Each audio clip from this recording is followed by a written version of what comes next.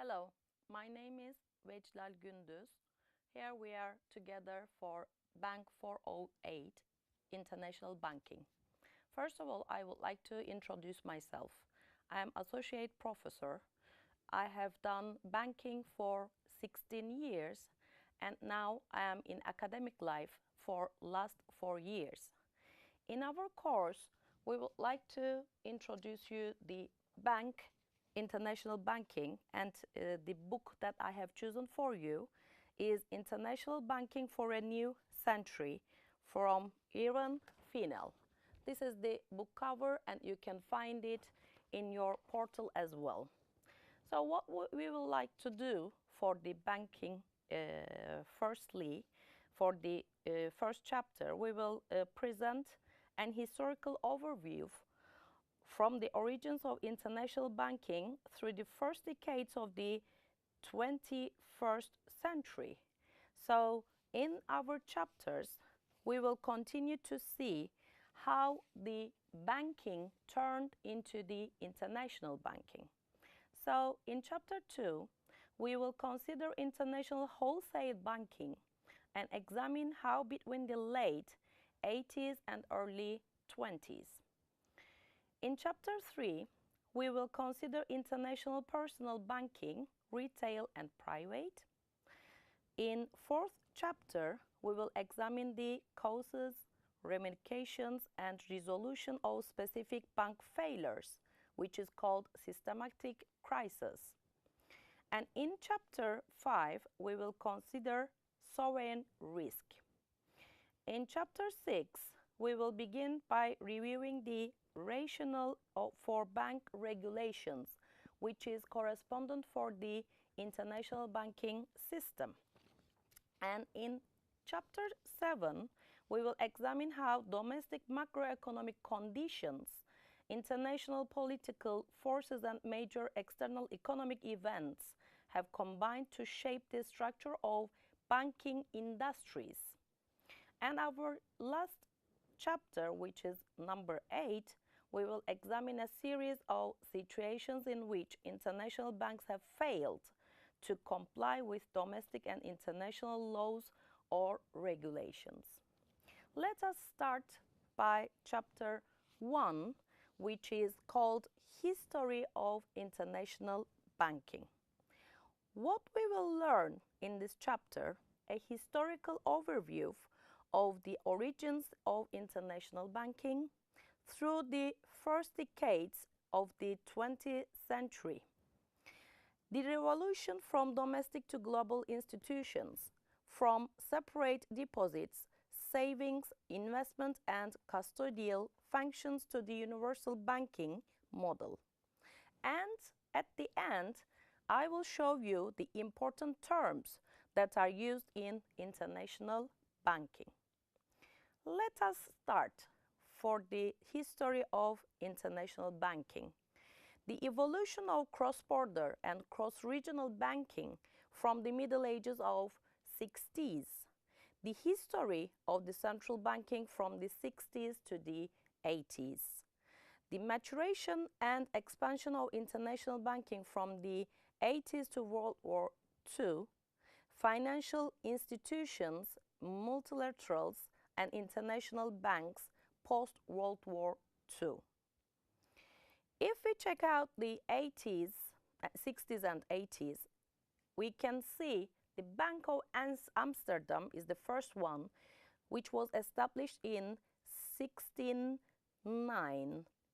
And the Bank of Stockholm, the establishment date is in 1656.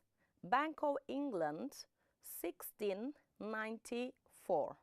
These are the public finance and independent central banks first developed in the Netherlands, Sweden, and England. If we check out the historical development of the banking system in US, the first one is Bank of America, which was chartered in 1782. And National Bank Act, which was needed for the establishment of the banks and for the regulations, was created in 1863. This was the new banking system of federally chartered banks in US. And the Federal Reserve System, which is very popular in US, is created in 1913. After the World War II and the reconstruction of the banking system, we can see the control immediately rampant inflation. A new currency was created in June 1948, which we call the Deutsche Mark. Japan established the yen after the New Century Act of 1871 and the Bank of Japan under the Bank of Japan Act in June 1882. In the United States, the US government sought to establish a central bank in 1792 and again in 1816. From this figure, you can see the timeline of the early history of commercial banking in the United States. The first bank of North America is chartered, and Bank of the United States is chartered at the end of 17. So the second Bank of the United States chartered in 1816. You can see the details by analyzing this figure. So you are not responsible for remembrance of the dates, but for the historical review, you have to know which one was the first one and how it continues. So after the financial innovation and the growth of the shadow banking system, some of the banking needs just appeared. Financial innovation is driven by the desire to earn profits. If you remember, the first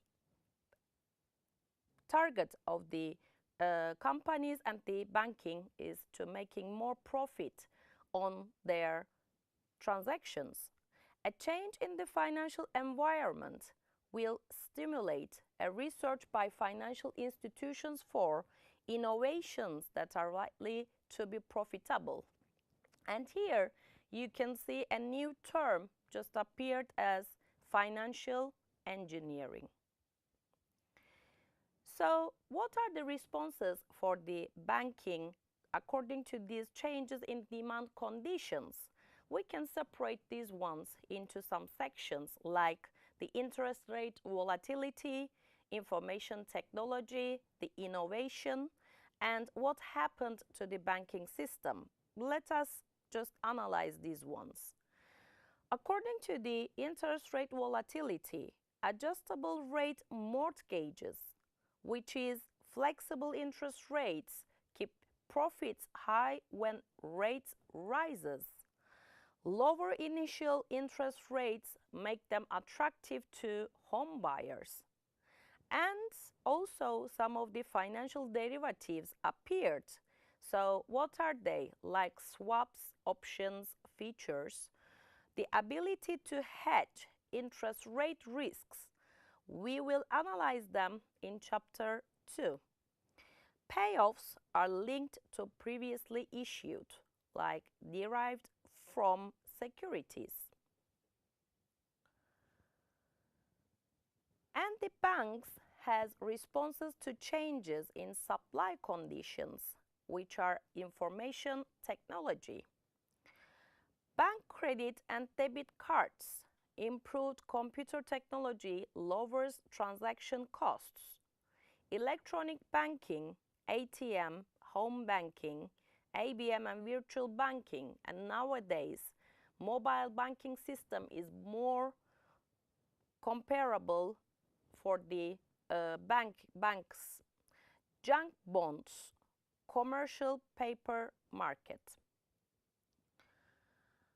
And then financial innovation and the decline of traditional banking, because traditional banking is just taking the deposits from the customers and use them as funds of the banks and give them to the other one who needs, like loans.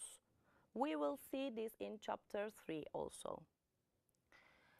As a source of funds for borrowers, market share has fallen. Commercial banks' share of total financial intermediary assets has fallen. No decline in overall profitability, increase in income from off-balance sheet activities. What are the off-balance sheet activities? Like giving some letter of credits, some securities for the customers. Financial innovation and the decline for traditional banking were continuing. The decline in cost advantages in acquiring funds, which are called liabilities. Rising inflation led to rise in interest rates and disintermediation. Low-cost source of funds, checkable deposits, decline in importance. Decline in income advantages on uses of funds, which we called assets. Information technology has decreased need for banks to finance short-term credit needs or to issue loans. Here I want to just remembrance some of the loan system, like we are just giving loans to the customers like the mortgage, which are more than 10 or 20 years, but the deposits are taken from the other customers for maximum 1 year maturity. So the banks has to find some more longer term deposits or the sources, the funds, in order to give them as a loan. Information technology has lowered transaction costs for other financial institutions, increasing competition. So what did banks' responses for these changes? They have to expand into new and riskier area of lending, like commercial real estate loans, corporate takeovers, and leverage buyouts. Pursue off-balance sheet activities, non-interest income, concerns about risk. Let us check out the structure of the U.S. commercial banking industry. They have McFadden Act and state branching regulations for the restrictions on branching.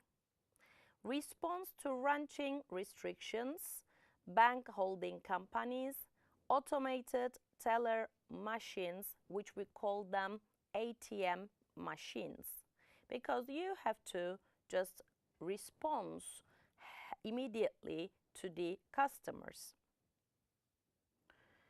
Here you can see some of the bank shares and number of banks according to 13th of March 2011, the size distribution of insured commercial banks in US. Here let us analyze the other table, which shows us the 10 largest US banks according to the end of 2010. JP Morgan Chase, Bank of America, Citibank, Wells Fargo, US Bank, and these are continuing. So you will see in the other chapters that some of them just increase their investment banking, international banking, some of them merge or acquisied. So by taking another bank, by doing takeovers, they are increasing their market share according to the other ones. Bank consolidation and nationwide banking. The number of banks has declined over the last 25 years. Bank failures and consolidation, deregulation, economies of scale, and scope from information technology. Results may be not only a smaller number of banks, but a shift in assets to much larger banks. You can compare the benefits and costs of bank consolidation. For the benefits, they increase competition, driving inefficient banks out of business, increased efficiency also from economies of scale and scope, lower probability of bank failure from more diversified portfolios. And what are the costs for the bank consolidation? Elimination of community banks may lead to less lending to small business. Banks expanding into new areas may take increased risks and fail. You can see the number of insured commercial banks in the United States, which was more than 40,000 at the beginning of 1935. So after 1985, you can see a decline in the number of the commercial banks in the United States.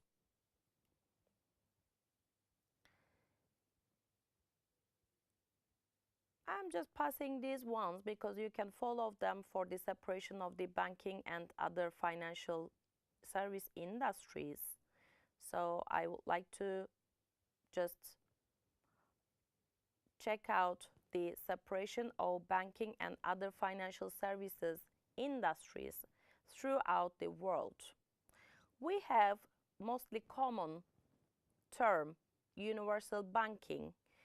There is no separation between banking and securities industries. And another one is British-style universal banking, which may engage in security underwriting. Separate legal subsidiaries are common. Bank equity holdings of commercial firms are less common.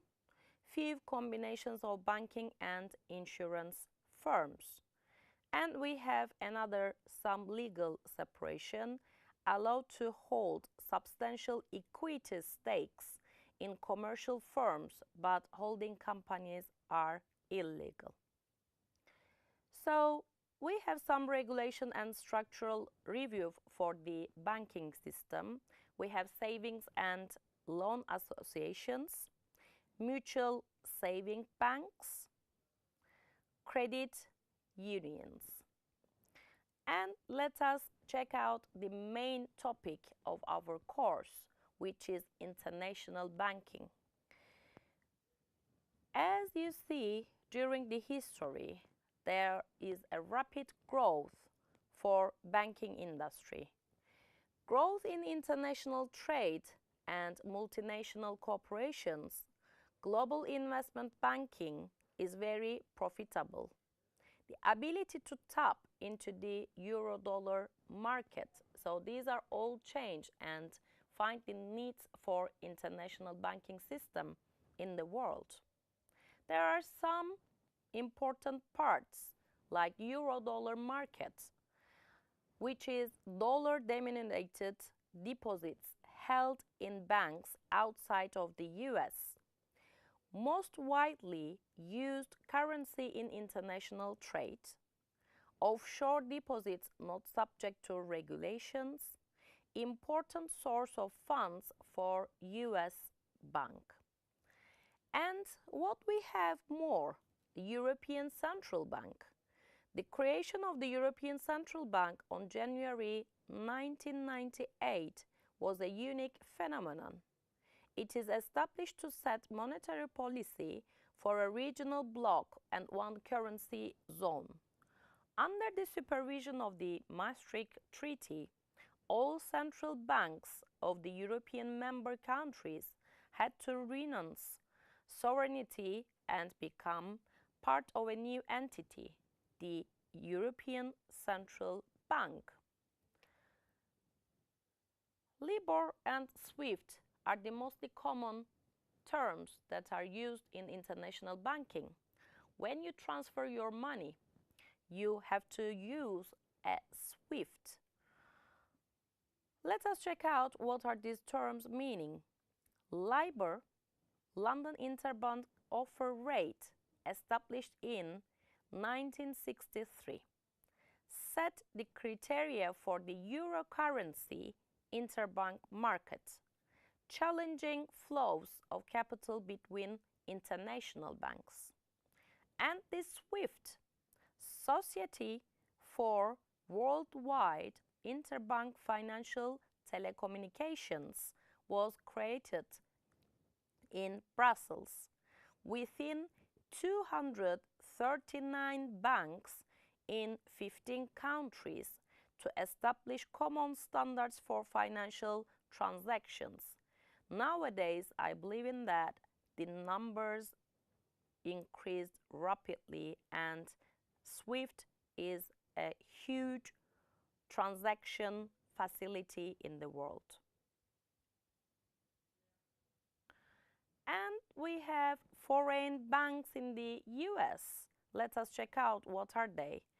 Agency Office of the Foreign Bank, subsidiary US Bank, branch of a foreign bank, subject to the International Banking Act of 1978. And we see another term, another association, Basel, which is just given in 1988. This is an example of international coordination of bank regulation.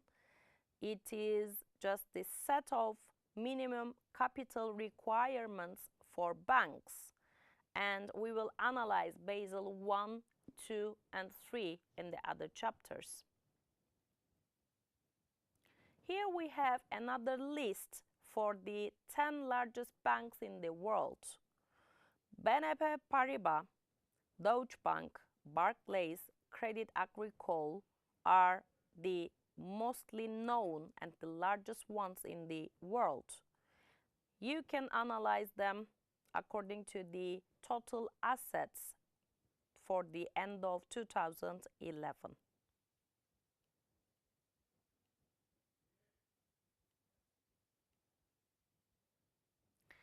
And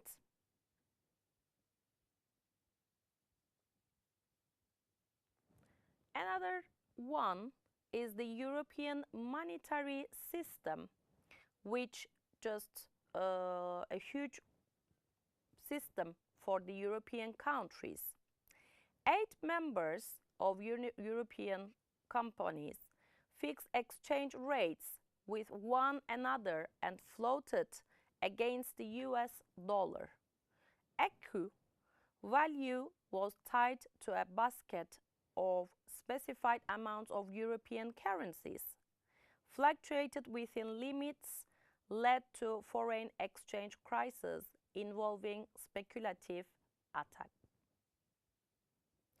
The Bank for International Settlements, which we call them BIS, is an international institution founded in 1930 with the goal of resolving the reparations problems that arose following World War I. We have another one, the World Bank Group, which is in particular the International Bank for Reconstruction and Development, was established in 1946 to provide long-term financing for the reconstruction of Europe's destroyed infrastructure. And the last slide, global consolidation in banking. From the end of World War II until the 2008 US subprime meltdown crisis, through country and regional financial crises and bank failures, which we will discuss them in chapter 4 and 5, the world marched inexorably toward globalization through the increased liberalization of the flows of goods and factors of production, including capital, although not labor, and the resulting expansion of the international reach of business enterprises. We came to the end of chapter 1 and we will continue to chapter 2.